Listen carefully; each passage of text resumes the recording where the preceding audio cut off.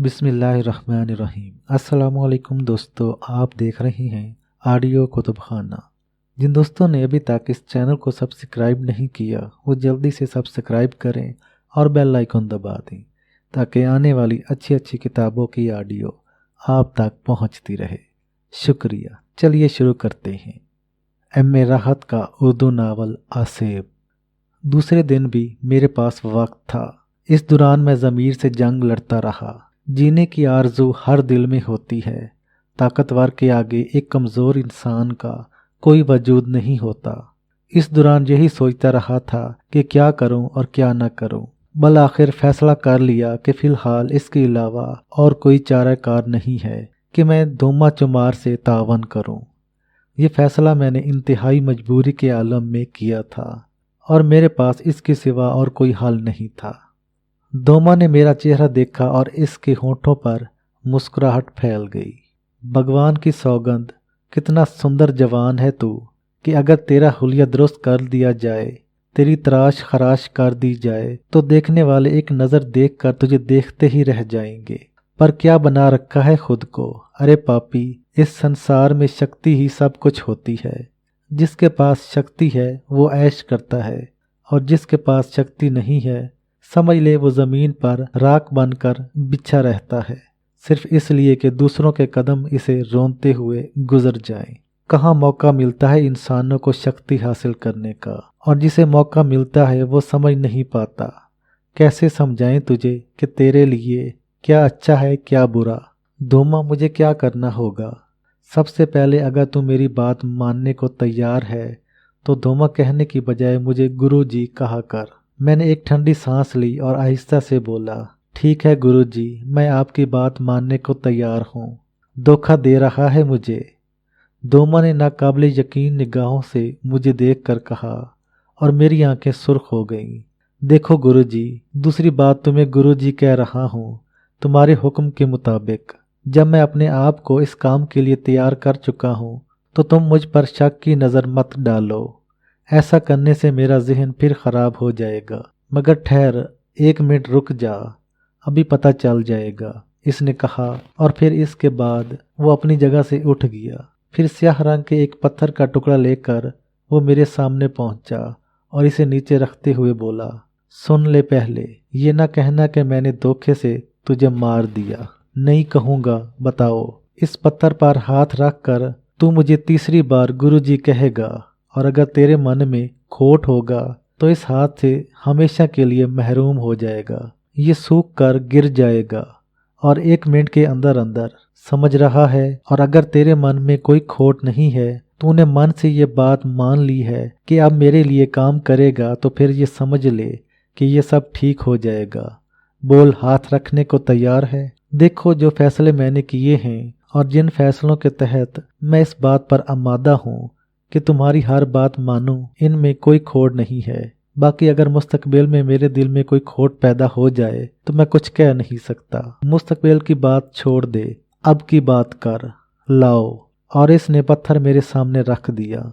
मैंने इस पर हाथ रख कर इसे गुरुजी कहा। मेरा हाथ सही सलामत रहा क्योंकि इस वक्त मैं वाकई बददिल होकर दोमा के साथ तावन पर आमादा हो गया था। बस हटा ले हाथ, दोमा ने मुतमईन होकर कहा और मैंने हाथ हटा लिया। तब इसने अपना हाथ बुलंद करके मेरे सर पर रखते हुए कहा, हमने तुझे अपना चेला स्वीकार किया।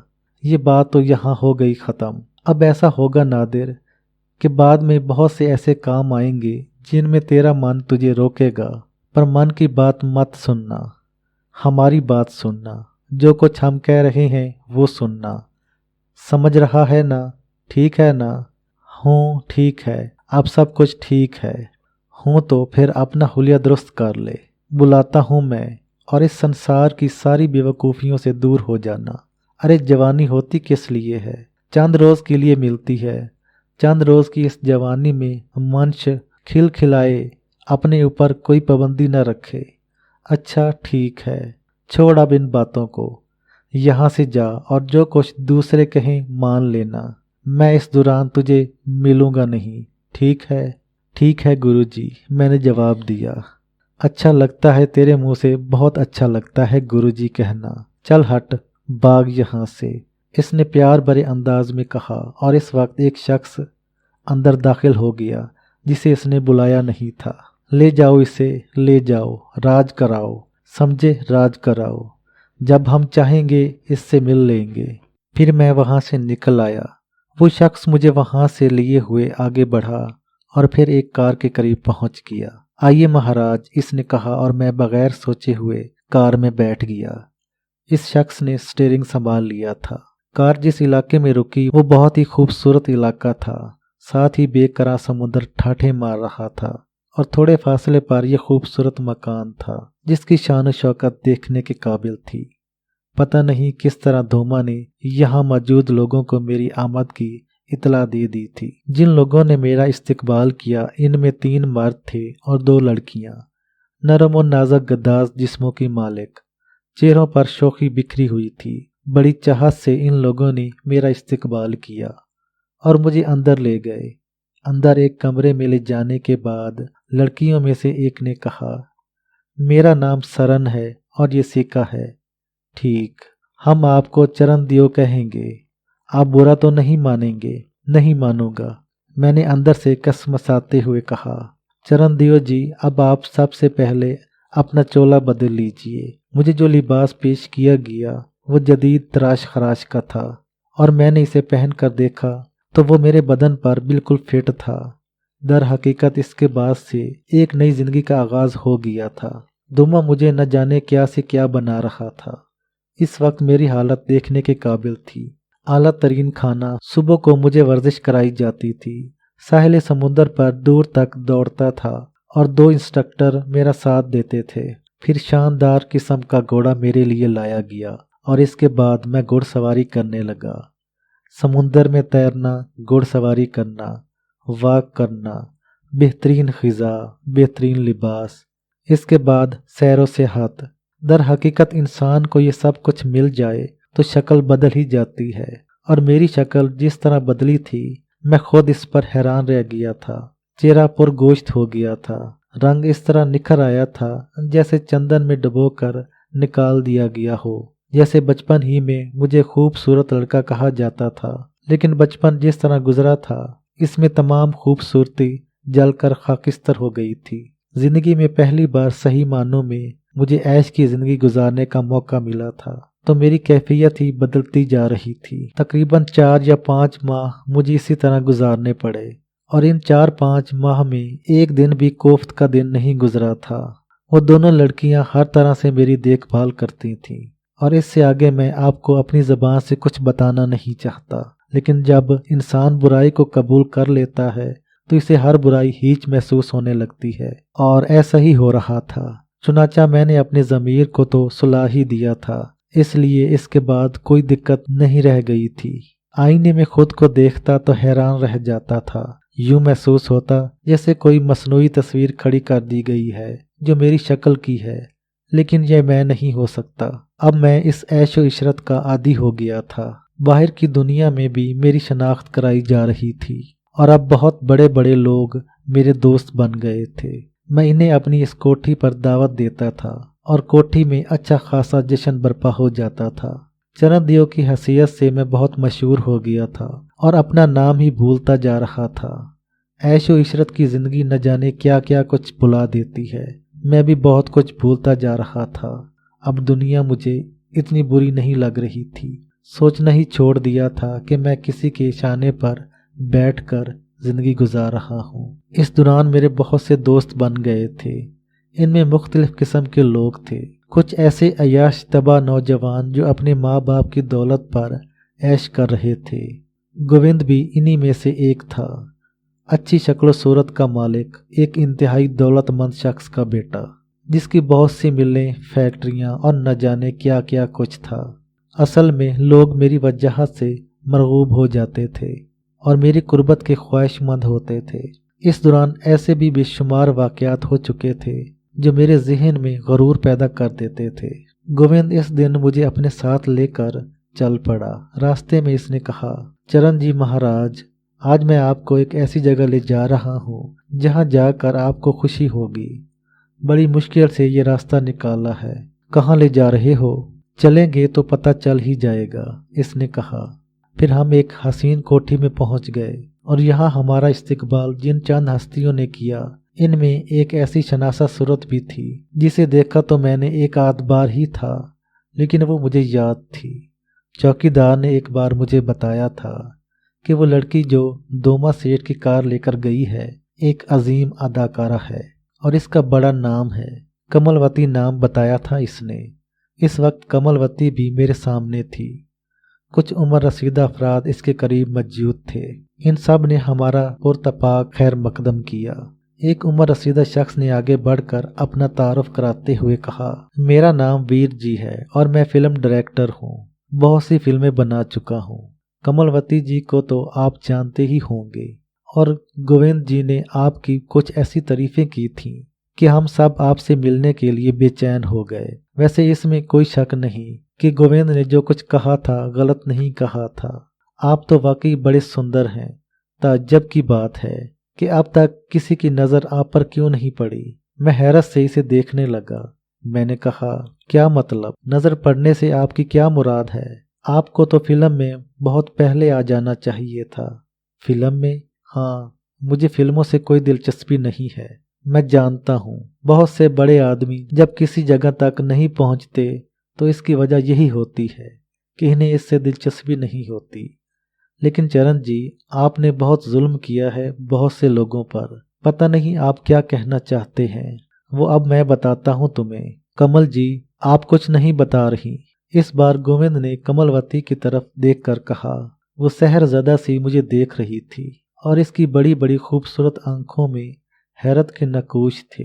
अचानक वो चौंकी और इसने आगे बढ़कर कहा, वाकई चरण जी, आप कहाँ छुपे हुए थे? आप लोग पता नहीं क्या क्या कह रहे हैं।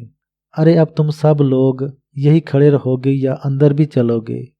जिस ड्राइंग रूम में हमें ले जाया गया वो खूबसूरत तरीके से सजा हुआ था।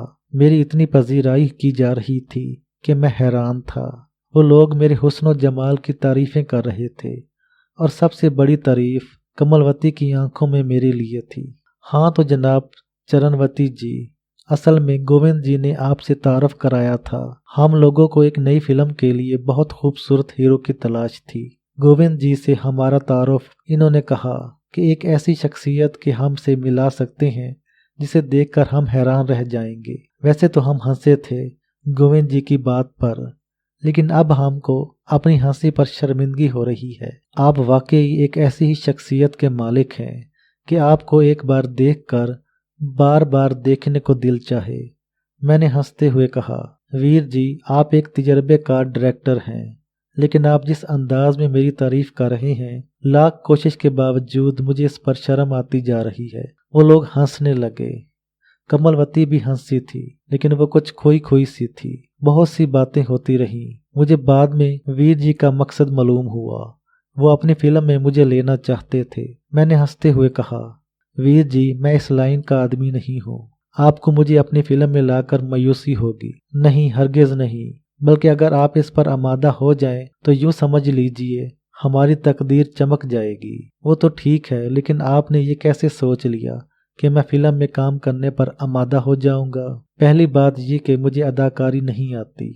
दूसरी बात ये कि मैंने कभी इस बारे में सोचा भी नहीं। ये दोनों काम कमलवती जी आपसे लेंगी। मतलब ये कि अब मामलात कमलवती जी के हाथों में हैं। आप जैसा पसंद करें कमलवती जी। नहीं, चरणदेव जी को इनकी मर्जी के खिलाफ मजबूर तो नहीं किया जा सकता। अलबत्ता मैं इन्हें आमादा करने की कोशिश करूंगी। आप यकीन करें कमलवती जी, मैं अदाकारी जानता ही नहीं हूँ। अदाकारी तो खुद ब खुद आ जाती है।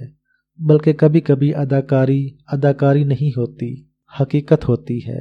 कमलवती ने कहा, इस लड़की या औरत के बारे में सही तौर पर यह अंदाज़ा लगाना मुश्किल था कि इसकी उम्र कितनी है। मैं इसे दोमा के साथ दे चुका था और चौकीदार ने मुझे इसके बारे में तमाम तफसीलात बताई थीं। लेकिन आज इसे करीब से देखने के बाद ये अंदाज़ा हो रहा था कि ये उम्र खाई हुई औरत है, लेकिन बेहद हसीन, बेहद चलाकी इसकी आंखों से टपकती थी। बहरहाल ये मुलाकात हो गई। वापसी में गोविंद ने मुझसे कहा, तुमने एक ऐसी शख्सियत की तवज्जो पा ली है जिसकी तवज्जो पाने के लिए मुल्क भर में न जाने कितने नौजवान अपना सर ढूंढते होंगे। मगर गोविंद, मुझे इन तमाम बातों से दिलचस्पी नहीं है यार। बस बात हुई थी एक बार तो मैंने तुम्हारा तज़किरा कर दिया था। वीर जी बहुत बड़े डायरेक्टर हैं, किसी के सर पर हाथ रख देते हैं तो समझ लो इसके सर पर हमा बैठ जाती है। लानत भेजो यार, किस चक्कर में डाल दिया तुमने मुझे। लेकिन जिस चक्कर में गोविंद ने मुझे डाला था वो एक बहुत ही लंबा चक्कर था और इसके पीछे न जाने कौन कौन से अवामिल कार फरमा थे। मैं अब इसी जिंदगी का आदी होता जा रहा था। ऐशो इशरत दौलत सब कुछ मुझे मैसर था। माजी मेरे जहन से महव होता जा रहा था।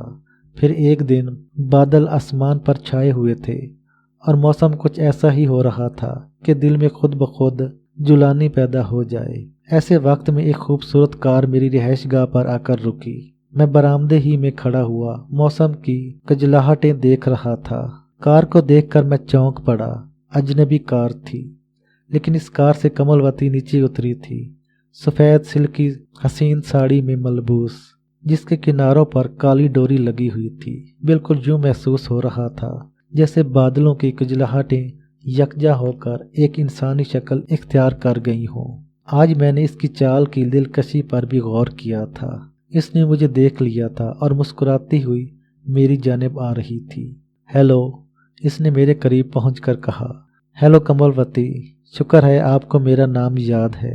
अरे हमारी मुलाकात को अभी दिन ही कितने गुजरे हैं, फिर भी मुझे तो यूं लगा है जैसे आप भुला देने के माहिर हों। नहीं, आप आइए, मैंने खुश अखलाकी से कहा। छत के नीचे बैठना तो कुछ अजीब सा लगता है और समुंदर आपसे ज्यादा दूर भी नहीं है। क्या आप समुंदर को नज़रअंदाज कर देंगे? मतलब मैं आपके बारे में सोच रही थी। मैंने सोचा कि अगर आप तैयार होंगे तो आपको लेकर साहिल पर चलूंगी। बारिश होगी तो आपका लिबास खराब हो जाएगा। लिबास? इसने अपनी साड़ी को देखते हुए कहा। हाँ, क्यों? क्या लिबास इतनी ही कीमती चीज होती है कि इसकी वजह से इंसान मौसम के हुस्न को नज़रअंदाज कर दे? नहीं, ये बात नहीं है। तो फिर आइए प्लीज़, प्रोग्राम तो दिलचस्प है। तो फिर आइए ना, इंतज़ार किस बात का? ठीक है, जैसे आपकी मर्ज़ी। आइए मेरी गाड़ी में चलें। आप मुलाजमों को हिदायत कर दें। क्या खाना पसंद करेंगी आप? देखिए, अब ये गलत बात है। घास कैसी ही हो, घास ही होती है, वो बोली और मैं हंसने लगा। फिर मैंने वाकई मुलाजमों को बुलाकर कहा कि साहिल समुंदर पर खाने की कुछ उम्दा सी चीज़ें, मेज़ कुर्सियां वगैरह लेकर आ जाएं। ठीक है सरकार, मेरे मुलाजिम ने जवाब दिया। फिर मैं कमलवती के साथ कार में जा बैठा। कमलवती ने कार आगे बढ़ाने का हुक्म दिया था और इसके ड्राइवर ने कार आगे बढ़ा दी। कमलवती खामोश बैठी हुई थी। गालबन ड्राइवर की वजह से वो कुछ कहना नहीं चाहती थी। थोड़ी देर के बाद कार साहिल पर पहुंच गई। दर हकीकत हमारे इस मकान से साहिल का फासला ज्यादा नहीं था, बल्कि मकान की एक गैलरी से तो समुंदर बिल्कुल खुला और साफ नजर आता था। लेकिन बहरहाल इसकी ख्वाहिश थी और हकीकतन इस वक्त मुझे खुद भी यहाँ आकर बहुत अच्छा लग रहा था। न जाने क्यों इस वक्त कमलवती का साथ मुझे बुरा नहीं लग रहा था। इसने एक जगह पहुंचने के बाद पाँव से जूते उतार दिए और इसके सफ़ेद पाँव नुमाया हो गए। हर चीज़ को इसकी हैसियत के मुताबिक की तवज्जो देनी चाहिए। क्या मतलब ये कि ये नम रेत इस वक्त इतनी फरक देगी कि आप सोच भी नहीं सकते। मैंने भी हंसकर अपने जूते उतार दिए और पतलून के पांचे ऊपर चढ़ा लिए। ये हुई ना बात। मैं तो बस आपके लिबास की वजह से कह रहा था। बार बार लिबास, बार बार लिबास। ये लिबास कोई हैसियत नहीं रखते चरण जी। हाँ। फिर हम साहिल की रेत पर चहलकदमी करने लगे।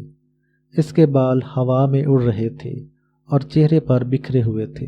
इसमें कोई शक नहीं है कि कुदरत ने औरत को एक ऐसा हुस्न बख्शा है कि निगाह कितनी ही हटाने की कोशिश की जाए, लेकिन जहन बार बार इसी जानिब मुंतकिल होता है। इससे पहले कमलवती मुझे इतनी अच्छी नहीं लगती थी। गालबन ये मौसम का असर था। वो भी खामोश थी। चंद लम्हात खामोश रहने के बाद इसने कहा, हकीकत ये है कि गोविंद ने आपकी बड़ी तारीफ की थी। वो बहुत अच्छा दोस्त है मेरा। नहीं, ये इसकी अच्छाई नहीं है। तो फिर ये बस आपकी खूबी है। आपने मुझे बिला वजह इतनी अहमियत दी है। बिला वजह नहीं दी चरण जी। मतलब ये है कि आप वाकई इतनी तारीफ के काबिल हैं। देखिए, मेरी बात को खुशामद न समझिए। अगर वीर जी आपको अपने फिल्म में मेरे मुकाबिल हीरो लाना चाहते हैं तो इससे वीर जी को फ़ायदा होगा, मुझे कोई ख़ास फ़ायदा नहीं। लेकिन मेरे दिल की ये ख्वाहिश है कि आप वीर जी की पेशकश कबूल कर लें। लेकिन आप मेरी बात तो सुने, मुझे इस सिलसिले में कोई तजर्बा नहीं है। मैं जो हूँ ना, इसने मेरी तरफ देखकर कहा और मैं चौंक कर इसे देखने लगा। वो फिर बोली, हाँ मैं हूँ ना, मगर कमल जी देखिए, इंसान का इंसान पर थोड़ा सा हक हमेशा होता है। मुझे आपके बारे में तमाम तफसीलात मालूम हो चुकी हैं। भगवान ने आपको हर तरह की दौलत से नवाजा है और इसमें सबसे बड़ी दौलत आपके पास हुस्न की दौलत है। अगर किसी के मन में कोई आरजू पैदा हो जाए तो इसे पूरी कर देना ज़रूरी होता है, जबकि अपनी ज़ात पर कोई फ़र्क न पड़ता हो। आप ठीक कह रही हैं, लेकिन आप यकीन कीजिए मुझे ये सब कुछ नहीं आता। आप इसकी बिल्कुल चिंता न करें। मैं आपसे फिर ये कह रही हूँ कि मैं हूँ, तो फिर मुझे करना क्या होगा? मैंने सवाल किया। कुछ नहीं, आप कुछ नहीं करेंगे। सेट पर जाएंगे, शूटिंग होगी, आपको डायलॉग बताए जाएंगे।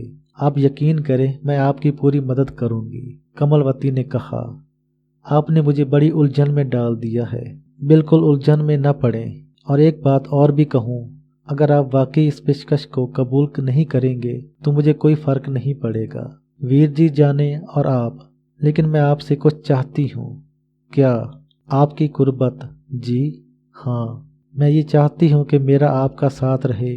और सच्ची बात यह है कि इसीलिए मैं आपको इसके लिए मजबूर भी कर रही हूँ। इसके बगैर भी हम मुलाकात कर सकते हैं कमल जी। हाँ, कर तो सकते हैं, लेकिन एक जरिया बन जाए तो क्या हर्ज है। खैर, मैं इस बारे में सोचूंगा।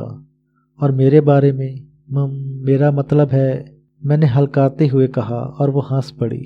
क्या लड़कियों की तरह शर्माते हैं आप मेरा मजाक उड़ा रही हैं। अरे भगवान की सौगत नहीं, आपकी ये शर्माई हुई अदा दिल में उतरती है। कमलवती ने मुस्कुराकर कहा, तौबा है कमल जी। नहीं, तौबा नहीं, आप तौबा शिकन हैं। इसने मखमूम निगाहों से मुझे देखते हुए कहा। फासले से मुलाजिम आते हुए नजर आ रहे थे, न जाने क्या क्या साजो सामान उठाए हुए थे। बहरहाल ये भी एक अजीब सिलसिला था। जिस साहिल पर हम लोग थे वहाँ हमारे अलावा इस वक्त और कोई नहीं था। अव्वल तो ये कि आम दिन था और लोग अपनी अपनी मुलाजमतों पर गए हुए थे। दूसरी बात यह कि ये साहिल काफ़ी अलग थलग और रिहायशी इलाकों में था, इसलिए इधर आम लोग नहीं आते थे। मुलाजमों ने एक जगह कुर्सियां डाल दी और फिर खाने पीने का सामान इस पर सेट करने लगे। मैंने कहा, आइए चलिए। फिर हम कुर्सियों पर जाकर बैठ गए। बादलों की स्याही बढ़ती जा रही थी और इसने माहौल को और हसीन कर दिया था। कमल ने कहा, आपने तो अच्छा खासा तकल्लुफ़ कर डाला। जी हाँ, मैंने मुस्कुराकर कहा। क्यों? बस मेरा दिल जो चाहा मैंने किया। ये तो अच्छी बात नहीं है, बुरी बात भी नहीं है। मेरा मतलब है, किसी और का दिल कुछ चाहे तो आप इसे मानने पर तैयार भी नहीं होते। नहीं कमल जी, आप मुझे हुक्म दीजिए। मैं हुक्म देने की पोजीशन में न जाने कब आऊंगी। इसने कहा, आप हैं? नहीं हूँ, मैं अर्ज कर रहा हूँ ना, आप हैं। मान लेंगे आप मेरी बात? जी मान लूँगा। तो फिर मुझसे मिलते रहें, मेरे घर आए। आऊँगा, मैंने जवाब दिया। हम ऐसे ही बेतुकी बातें करते रहे और जब वो चली गई तो मैंने महसूस किया कि वो मेरे दिल पर अपना एक नक्श छोड़ कर गई है। फिर इसके बाद कमल से मेरी मुलाकातें होती रहीं। ये भी ज़िंदगी का एक अनोखा तजर्बा था। वीर जी और दूसरे तमाम लोग भी मुझसे मुलाकात करते थे, लेकिन बहरहाल मैंने इनसे किसी फिल्म में काम करने की हामी नहीं भरी। अलबत्ता कमल से मेरी गहरी दोस्ती हो गई थी, यहाँ तक कि एक दिन वो मेरे पास आई तो इसका कुछ अजीब सा अंदाज हो रहा था। इसकी आंखों में एक बोझलपन था और कमल इतनी खुश नजर आ रही थी जैसे इसने दुनिया की कोई बहुत बड़ी दौलत पा ली हो।